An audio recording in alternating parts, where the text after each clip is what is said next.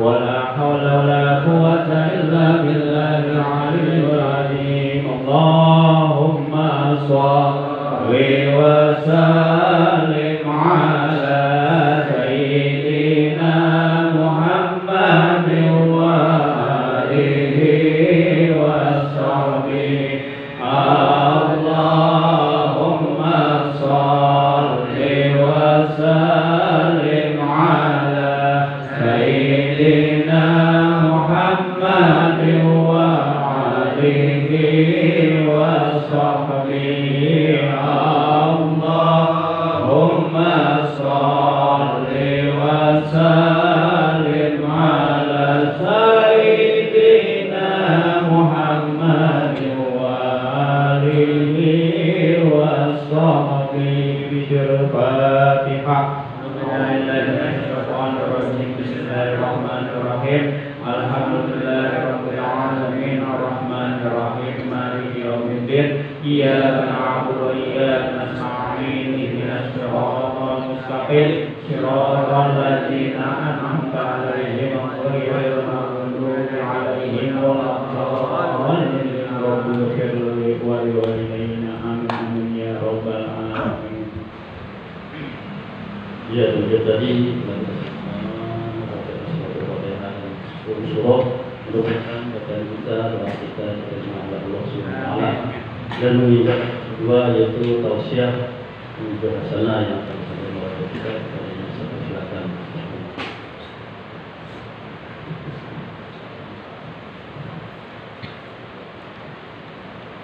Bismillahirrahmanirrahim. Assalamualaikum warahmatullahi wabarakatuh. Waalaikumsalam. Alhamdulillahi wa kafa. Alhamdulillahi bil jalali wal halali wal haram. Ashhadu an la ilaha illallah wahdahu la syarika lah. Wa ashhadu anna Muhammadan abduhu wa rasuluh. Ya ummatal Islam wa ya qurrasal aqidah, la ansa an usiyakum jami'an bi taqwallah wa bi ta'ati Rasulillah sallallahu alaihi wasallam. Allahumma salli wa sallim ala habibina wa syafi'ina wa qurrati a'yunina wa maulana Muhammad. Faqala Allah ta'ala fi kitabihil karim, أعوذ بالله من السميع العليم من الشيطان الرجيم. بسم الله الرحمن الرحيم. شهر رمضان الذي أنزل فيه القرآن هدى للناس وبينات من الهدى والفرقان. فقال أيضا ثم أورثنا الكتاب الذين اصطفينا من عبادنا فمنهم ظالم لنفسه ومنهم مقتصد ومنهم سابق بالخيرات بإذن الله. وقال رسول الله صلى الله عليه وسلم من صام يوما في سبيل الله بعد الله وجهه عن النار 70 حريم. Jamaah Majelis Taklim Al-Hidayah yang saya anggap sebagai orang tua dan guru-guru saya semua, malam hari ini saya hadir. Memang kata Ustaz Romli saya wajib datang. Agak ngeri-ngeri juga sama beliau. Dan kita yang hadir pada malam hari ini adalah orang-orang pilihan yang dalam cuaca yang dingin, yang enaknya tidur di rumah. Insyaallah nemenin istri nonton TV. Tapi kita mau berkumpul di majlis ilmu, majlis taklim. Dan inilah yang kita butuhkan. Karena ingat bahwa silaturahimnya orang-orang yang beriman itu cuma dua. Di antaranya dua, yang pertama sholat jamaah, yang kedua hadir duduk-duduk di majlis ta'lim. Dan di sini tempat kita mengingat kematian. Kalau kita mati, yang datang ngedoain kita, ngelayat tahlil siapa? Jamaah majlis ta'lim. Gak ada orang yang mati ngurus diri sendiri, yang mandiin dia, sholatin dia, yang ngurusin sendiri dia. Gak ada. Maka kita butuh, kita ini makhluk sosial. Maka kita harus berkumpul untuk menjadikan diri kita benar-benar makhluk sosial. Insya Allah kalau ada yang wafat nggak bakal izin. Pertanyaannya sekarang siapa yang mau duluan? Ini yang repot. Selawat dan salam terus kepada baginda tercinta Rasul sallallahu alaihi wasallam. Rasul itu Habibullah, kekasih Allah. Rasul itu insan kamil. Beda dengan kita hambanya, tapi kita adalah hamba yang terus hari demi hari kita berusaha mendekatkan diri kita kepada Allah Subhanahu wa taala dan berusaha mencontoh sunnah-sunnah daripada Rasul sallallahu alaihi wasallam. Tapi jangan yang sunnah yang dicari itu cuma yang enak-enak. Giliran poligami sunnah tuh. Giliran yang tua-tua ini emang kalau yang namanya tua, yang namanya laki-laki itu nggak kenal muda, nggak kenal tua, yang namanya perempuan pasti doyan. Iya. Ulama saja melihat perempuan itu cakep, senang melihatnya. Cuma bedanya kalau orang yang tidak alim melihat seorang wanita cantik, yang ada di pikirannya itu nafsu. Tapi kalau seorang alim melihat seorang wanita cantik, dia memuji Allah yang telah menciptakan makhluk yang begitu indah. Semoga kita dibangkitkan tata liwa'i Muhammadin berdiri dengan barisan Nabi kita Muhammad sallallahu alaihi wasallam. Di dalam menyambut bulan suci Ramadan, saya teringat dengan doa malaikat Jibril yang diaminkan oleh Rasul sallallahu alaihi wasallam. Ketika Nabi menaiki anak tangga, Rasul mengucapkan amin. Kemudian naik tangga yang kedua, Rasul mengucapkan amin.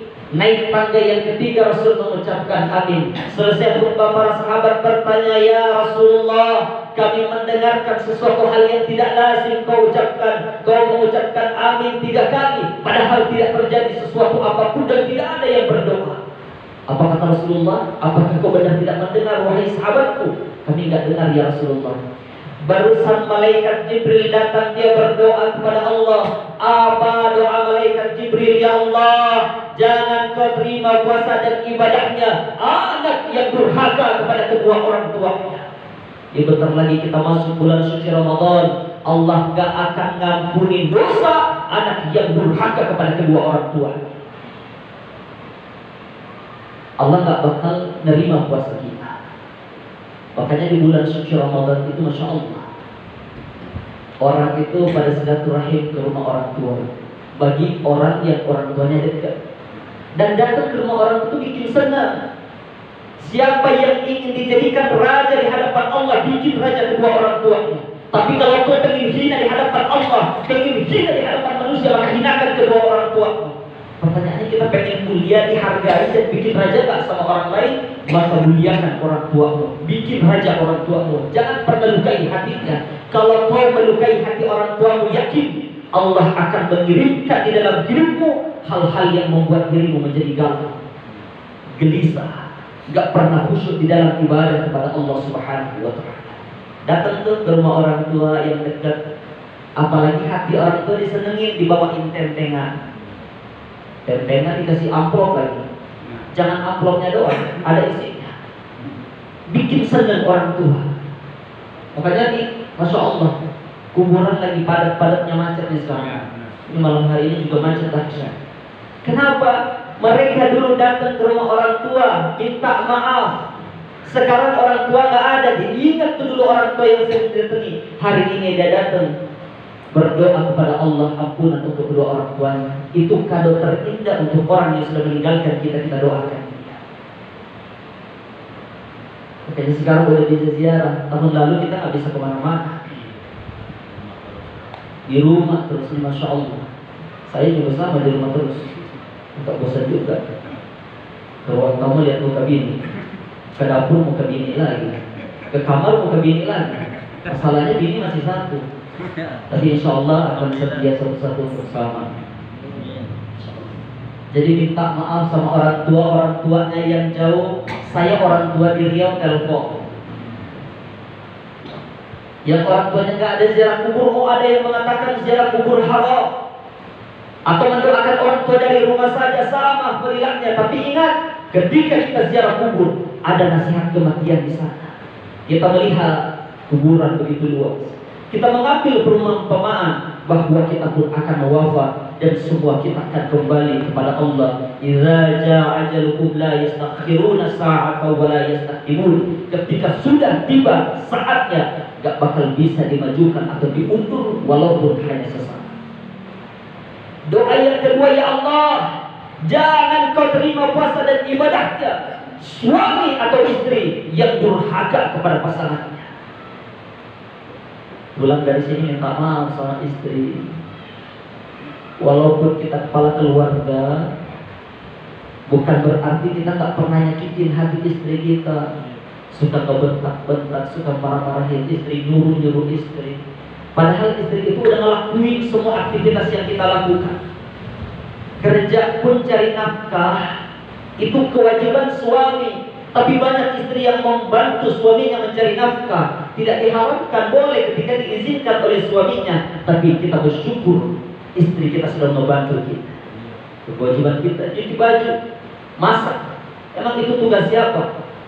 Pelajari bab nikah. Itu semua kewajiban suami. Tapi lihat, dibantu oleh istri kita. Tugas istri kita cuma satu, ngedidik anak-anaknya. Makanya dikatakan al-ummu al-madrasatul ula. Ibu itu adalah sekolah pertama bagi anak-anaknya. Makanya penting, dia belum nikah atau punya anak yang mau dinikahkan, cari seorang wanita yang ngerti ilmu agama. Kenapa? Ibu itu sekolah pertama, al-ummu al-madrasatul ula. Bagaimana seorang ibu akan mengenalkan kepada anak-anaknya dengan Allah kalau ibunya saja tidak kenal dengan Allah? Bagaimana seorang ibu akan mengajarkan anaknya agar taat kepada Allah kalau ibunya saja tidak taat kepada Allah Subhanahu wa ta'ala? Jadi kuncinya ada ibu. Bahkan ada yang mengatakan anak itu cerminan daripada orang tua. Yang ketiga, ya Allah, doa malaikat Jibril, jangan kau terima puasa dan ibadahnya muslim yang tidak mau memaafkan saudaranya muslim. Segala apapun yang terjadi dalam hidup kita itu sumbernya hati. Kebencian, dengki, amarah, emosi hilangkan dalam diri kita. Amarah, benci, emosi itu nggak ada manfaatnya dalam hidup. Itu hanya membuat kita akan hina di hadapan Allah. Maka saya sering sampaikan, ukuran kita itu adalah Allah. Ketika kita ingin melakukan segala sesuatu, ingat ini baik apa enggak. Kita dibentak-bentak di jalan, sering kejadian naik motor dibentak di jalan, kita lawan atau enggak usah. Ukurannya lagi-lagi Allah. Kalau saya sabar dapat pahala. Tapi kalau marah-marah, ternyata hanya menghilangkan semua dan tidak ada manfaatnya. Kalaupun tonjok-tonjokan belum tentu benar. Kalaupun menang bisa dipenjarain. Nafsu, insyaallah. Mari memaafkan saudara muslim. Di tempat-tempat lain itu masih banyak Pak salat berjalan. Di tempat lain masih banyak yang nggak salam-salaman. Kita di sini salam-salaman, masya Allah, sebelum menyambut bulan suci Ramadan. Ma min muslimaini yaltaqiyani fayatasafahani illa ghafarallahu dzunubahuma. Siapa dua orang muslim bertemu lalu bersalam-salaman, maka Allah Subhanahu wa ta'ala akan ampuni dosa di antara keduanya. Jadi baik hubungannya kepada Allah jalur hablum minallah, dan baik hubungannya kepada sama manusia jalur hablum minannas. Karena memang hidup kita ini ada dua yang harus kita perhatikan, hablum minallah wa hablum minannas. Ada orang yang sholatnya rajin, belum azan udah di masjid, rajin sedekah, tapi sama tetangga gak akur, gak baik hubungannya kepada sesama manusia. Ada orang yang masya Allah baik banget sama manusia, melayani benar-benar menjadi seorang pelayan yang dahsyat, tapi ternyata dia gak mau puasa, juga akan sia-sia di hadapan Allah. Jadi hidup kita ini harus memperbaiki hablum minallah, urusan kita dengan Allah Subhanahu wa ta'ala. Kita perbaiki nilai ubudiyah kita kepada Allah Subhanahu wa ta'ala. Yang kedua, hablum minannas, kita memperbaiki hubungan kita kepada sesama manusia.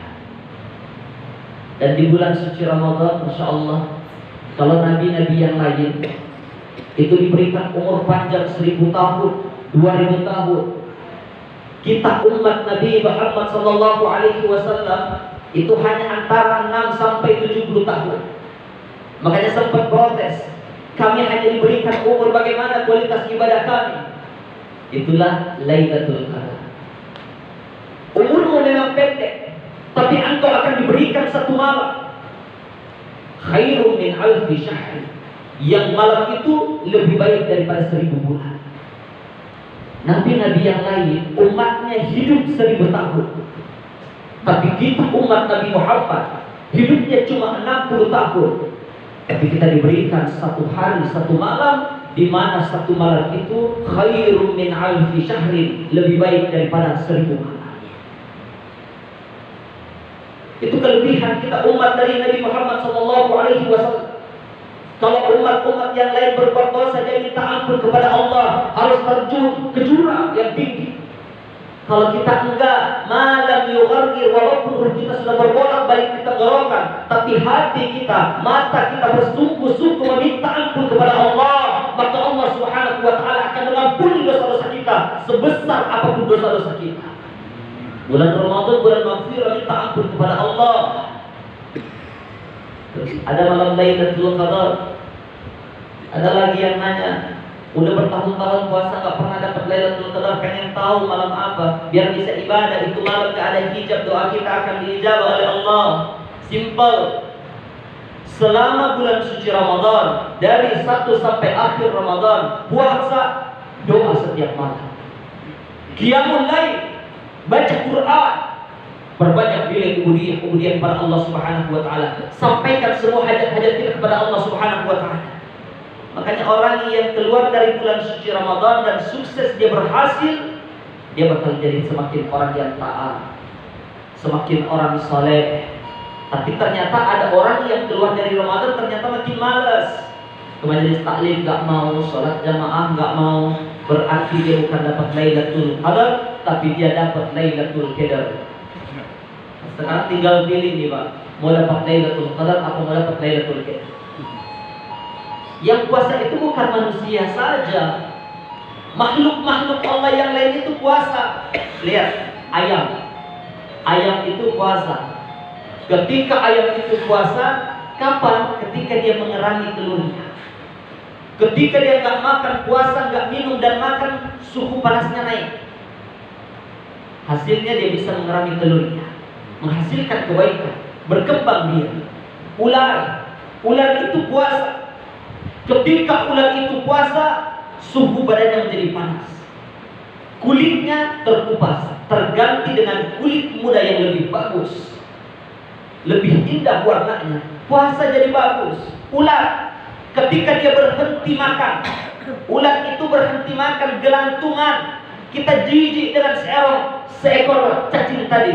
Tapi ketika dia puasa, dia menjadi kupu-kupu yang indah.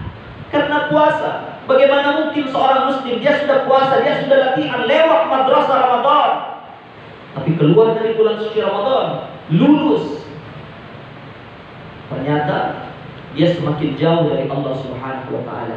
Berarti ibadahnya di bulan suci Ramadan tidak benar-benar ikhlas mencari ridhoan dari Allah Subhanahu wa Ta'ala. Dan mencari ridho Allah Subhanahu wa Ta'ala. Bulan suci Ramadan itu adalah bulan yang dahsyat. Puasa itu adalah obat. Puasa itu ada kesembuhan buat kita. Tapi banyak orang yang ngeluh. Apa dia bilang? Saya puasa kok mak saya makin kambuh. Saya puasa kok penyakit saya makin muncul. Kenapa? Karena puasanya ini tidak sesuai dengan sunnah daripada Rasulullah SAW. Ini simpel. Kalau nggak salah saya sudah sampaikan beberapa tahun lalu. Simpel. Puasa Rasul Sallallahu Alaihi Wasallam biar kita sehat dalam puasa. Yang pertama, inna fis sahuri barakah. Sesungguhnya di dalam sahur itu adalah barakah. Memang gak wajib kita sahur, dianjurkan untuk sahur. Ketika kita sahur itu waktunya pun ditentukan. Jadi kalau Rasul itu sudah mengatakan sesuatu, ikuti. Rasul nyuruh kita. Apa kata Rasul? Kalau makan pakai tangan. Sahabat gak pernah nanya, ya Rasulullah kenapa kita kudu pakai tangan? Kan bisa pakai sendok. Gak ada sahabat yang nanya. Tapi penelitian menemukan ketika kita menyentuh makanan dengan tangan kita, di tangan kita itu mengandung bakteri. Yang mana makanan yang kita sentuh dengan tangan kita di dalam perut kita itu cepat pembusukan. Tapi kalau pakai sendok itu lama prosesnya. Tuh. biar kita jadi sehat. Ternyata dulu sahabat gak nanya, tapi penelitian menemukan ketika Rasul mengatakan laki-laki itu haram menggunakan emas, perempuan boleh. Kita mikir lagi, kenapa laki-laki haram, perempuan enggak? Diteliti lagi, ternyata emas itu mengandung racun atom yang masuk dalam tubuh dan itu akan merusak saraf-saraf kita. Tapi perempuan, kenapa dia tidak haram? Karena racun atom itu keluar dari menstruasi. Dulu sahabat gak pernah nanya, tapi ilmuwan menemukan, meneliti, ada hasilnya. Rasul itu kalau puasa sahurnya diakhirkan. Ada masa imsak. Imsak itu bukan berarti kita nggak boleh makan. Imsak itu adalah tanda bahwa sebentar lagi waktu azan subuh akan tiba. Jadi siap-siap kalau lagi makan buru-buru. Kalau saya biasakan 5 menit sebelum imsak tuh makan. Jadi sebelum azan udah minum. Dan segerakan untuk berbuka. Segerakan untuk berbuka ini bukan begitu azan langsung minum. Tidak. Banyak dulu para sahabat-sahabat itu puasa sebelum isya, sholat isya dia baru makan. Udah azan isya dia baru buka puasa. Nah maka Rasul perintahkan segerakan buka puasamu. Jangan ditunda-tunda dengan waktu yang lama. Makanya di luar negeri itu dulu ada satu daerah, satu perusahaan itu dipecat semua karyawan-karyawan muslim. Kenapa? Dia mengatakan karyawan muslim itu di bulan suci Ramadan lemes, gak bisa kerja. Kenapa gak bisa kerja? Gak mengikuti sunnah Rasul Sallallahu Alaihi Wasallam. Ketika sudah niat di dalam puasa, maka ini bedanya. Coba deh, kita pagi sarapan, jam 7 sarapan, kita berangkat kerja, gak makan siang, itu jam 3 udah lapar. Tapi kita sahur jam 4, kita niat puasa, buka puasa jam 6 gak lapar. Kenapa? Itu pengaruhnya niat. Niat itu ketika kita sudah niat puasa, itu seolah-olah hati kita itu memberikan instruksi, intabi, siap-siap, besok engkau akan melaksanakan ibadah puasa. Maka dia akan melakukan penghematan energi. Ini penelitian ulama-ulama kita. Sahur diakhirkan, buka puasa diakhirkan. Nah ini yang sering bikin penyakit, buka puasanya. Buka puasa itu orang Pak kalau nggak makan dalam sehari, diteliti oleh ilmuwan, saraf-saraf kita itu mengecil dan mengkerut dengan sendirinya. Dia mengecil dan mengkerut dengan sendirinya. Dia akan kembali normal ketika kita makan dan minum yang manis-manis. Maka berbukalah dengan yang manis-manis, bersama dengan yang manis-manis, sama istri. Udah nikah semua di sini insya Allah. Ini ada sahabat saya dulu nikah. Anak tahfiz beliau Pak, insya Allah. Mau dengar suaranya kau ingat? Insya Allah. Ini masya Allah hadirin yang dimuliakan Allah. Yang manis-manis. Ketika kita sudah buka puasa, nggak langsung makan yang berat-berat. Ini biar sehat. Ini sunnah Rasulullah SAW.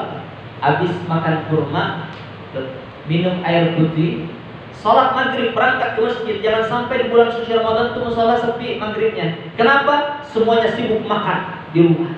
Di sini sama nggak? Ada aja ya. Sibuk di rumah, nggak usah. Ramadan tahun ini kita rubah mengikuti sunnah Nabi, makan kurma, minum air putih, berangkat ke masjid. Pas tuh 5 menit lebih, saraf-saraf kita yang mengkerut dan mengecil tadi kembali normal. Pulang ke rumah terserah mau makan apa aja. Kecuali kalau setelah satu hari nggak boleh makan. Imam soalnya maaf-maafan imamnya. Bener lo ngerasain Pak, kalau kenyang perut buncit itu masya Allah jadi imam susah. Apalagi salat tarawih 23 rakaat nggak bisa dipotong-potong sih. Kali kita ditunda ngopi dulu masya Allah. Sunnah-sunnahnya. Ada orang yang mengatakan saya sakit, begitu ditanya kenapa kamu sakit puasa, sahur jam 2. Ditanya lagi buka puasa pakai apa, langsung pakai rujak. Ya mending sakit gak mati langsung. Kenapa? Ternyata tidak sesuai dengan sunnah daripada Rasulullah Sallallahu Alaihi Wasallam. Ini udah lewat jam 9. Udah berapa lewat itu? Insyaallah. Maka kita perbaiki hubungan kita kepada Allah Subhanahu wa taala. Hidupkan sunnah-sunnah Rasul sallallahu alaihi wasallam dalam melaksanakan ibadah puasa di bulan suci Ramadan. Insyaallah keluar dari bulan suci Ramadan ini kita sehat. Insyaallah keluar dari bulan suci Ramadan kita menjadi pribadi orang yang lebih saleh. Amin. Perbaiki hubungan sama orang tua, sama istri, sesama saudara muslim kita, jangan ada kebencian lagi. Sama istri itu Masya Allah, saya juga proses belajar Pak. Saya pengantin baru dulu juga suka bentak-bentak istri, suka marah-marahin istri. Alhamdulillah dalam terus berusaha berproses, udah 2 tahun saya nggak pernah bentak istri, nggak pernah. Anak saya udah 4 tahun Atifah, 4 tahun lebih, nggak pernah saya marah-marahin sampai saat ini. Anak itu aset di hadapan Allah. Ada sebuah kisah, saya tutup malam hari ini dengan sebuah kisah. Ini kisah nyata. Dulu mau diangkat menjadi sebuah sinetron, tapi keluarganya nolak. Ada orang kaya. Orang kaya ini beli mobil yang standar, mahal, Pajero. Ini nelpon nih, showroom, Pak, kami dari showroom mau ngantar mobil ke rumah. Kata dia, di rumah nggak ada siapa-siapa, ada pembantu, tapi boleh kamu serahkan ke pembantu. Maka pembantu ini datang ke orang ngantar mobil, tanda tangan, terima mobil. Dia punya anak kecil Pak, satu-satunya yang masih TK umur 4 tahun. Ini anak dia senang. Anak pulang ke rumah, orang tuanya beli mobil. Senang dia loncat-loncat, dia pengen naik mobil, orang tuanya belum pulang. Di situ ada paku tuh. Itu paku diambil sama anaknya, dicoret-coret. Tapi coretannya Masya Allah anak TK, dia bisa ngegambar. Biasanya ada poster-poster di mobil itu family. Ditulis tuh ayah, dia di tengah, kemudian di samping ada ibunya. Begitu dia senang, orang tuanya nggak pulang-pulang, ada besi dipukul-pukul mobil itu sampai pecah. Ditulis tuh ayah, adik, bunda. Rusak mobilnya. Begitu orang tuanya pulang, dia kaget. Kenapa? Rusak mobilnya. Anaknya ini dia saking marahnya, Pak, orang lelah, capek, pulang kerja, mobil mahal rusak, dipegang tangan anaknya, dibangkit, nangis. Begitu di tengah malam anak ini terus dia menangis, dilihat tangannya bengkak. Begitu tangannya bengkak, besok pagi dihantar ke rumah sakit. Apa kata dokter? Pak, ibu, tidak ada solusi kecuali tangan anak ibu ini harus diamputasi. Lihat, Masya Allah. Dan ketika tangan anaknya diamputasi, dia nggak sadarkan diri. Ketika dia bangun, dia usap-usap kepala ayahnya yang ketiduran, menjaganya dengan tangan kirinya. Apa anak kecil ini bilang? Ayah, dedek janji deh gak bakal merusakin mobil ayah lagi. Janji deh gak bakal merusak mobil ayah. Janji deh gak usah deh dedek naik mobil ayah lagi. Tapi dedek minta satu, tolong balikin tangan adik lagi. Masya Allah. Ternyata ketika semua itu terjadi, dia neteskan air matanya. Udah tuh, ternyata itu semua harta gak ada manfaat, disedekahkan semua di jalan Allah Subhanahu wa ta'ala. Kenapa? Ternyata anak itu ada aset di hadapan Allah. Tapi kalau punya anak yang Allah kasih kekurangan, insya Allah Allah kasih kelebihan. Orang yang beriman itu Pak gak pernah gerusak-gerusuk. Ada corona, wah di PHK semuanya ditutup, gak boleh kerja kemana-mana. Tapi orang beriman yakin dia ada Allah, gak pernah gerusak-gerusuk tuh. Rizki dari Allah tuh. Kita di rumah saja berdoa, berusaha keluar. Selesai sholat subuh, kata Allah, bertebaran di muka bumi ini untuk mencari nafkah yang halal dan thayyibah. Dikasih tuh rezeki yang halal oleh Allah Subhanahu wa ta'ala. Gak bakal mungkin deh orang yang gak pernah sholat, gak beriman sama Allah dikasih kaya raya. Masa orang yang taat sama Allah dikasih mati kelaparan? Gak mungkin. Allah gak akan pernah membiarkan kita semasi kita bertakwa kepada Allah Subhanahu wa ta'ala. Ini saja malam hari ini. Semoga selesai bulan suci Ramadan, malam ini penutupan majelis taklim sementara, kita bisa meramaikan majelis taklim kita. Ini senang kalau yang datang hadir, kita juga semangat Ustaz. Tapi kalau yang datangnya dikit, udah izin pada kerja sibuk, kan kita juga lemas di sini. Insyaallah. Tapi kalau ramai kita jadi semangat, dan insyaallah mudah-mudahan saya habis Ramadan pun bisa hadir setiap malam Senin. Ini saja, mohon maaf. Subhan rabbi hazal min rabbi. Assalamualaikum warahmatullahi wabarakatuh. saya berikan tadi saya harus kita kemudahan, mohon maaf untuk kita semua. Dan acara berikutnya itu